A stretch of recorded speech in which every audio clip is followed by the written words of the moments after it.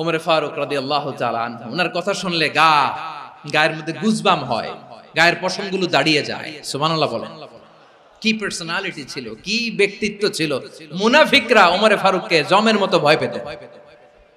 শয়তান, খুদ শয়তান এই রাস্তা দিয়ে আসলে শয়তান অন্য রাস্তা দিয়ে হাঁটত। ওমর ফারুক রাদিয়াল্লাহু তাআলা আনহুর জীবনে যদি দেখেন, তাহলে সেখানে আপনি আদালতের, ইনসাফের, সুশাসনের, জাস্টিসের নমুনা দেখতে পাবেন। কয়টা শুনবেন? সাইয়েদনা ওমর ফারুক রাদিয়াল্লাহু তাআলা আনহুর সন্তান আব্দুর রহমান মিশরে মদ খেয়ে মদ্যপ অবস্থায় ধরা পড়েছে।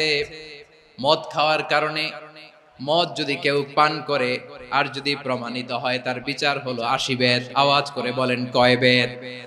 ওমর ফারুক রাদিয়াল্লাহু তাআলা আনহুর ছেলে ভুল করে মদ পান করে ফেলেছিলেন।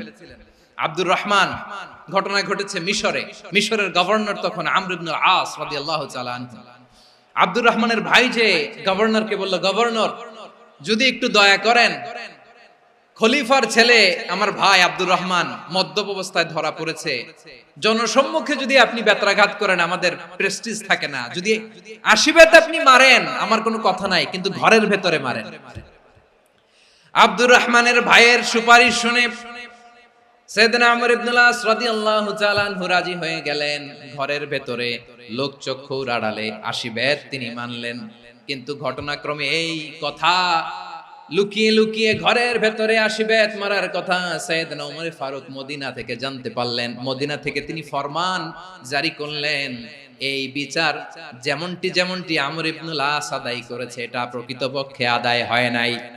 আসো সবাই মদিনায় আসো, আমর ইবনে আস মদিনায় আসো, আব্দুর রহমানও আসো, সবাই আসো, জনসম্মুখে এই বিচার কার্যকর করতে হবে। সাইয়েদনা ওমর ফারুক মসজিদে নববীর পিলারের মধ্যে নিজের ছেলেকে বাঁধলেন, আবার জনসম্মুখে 80টা বেত তার গায়ের মধ্যে মারলেন।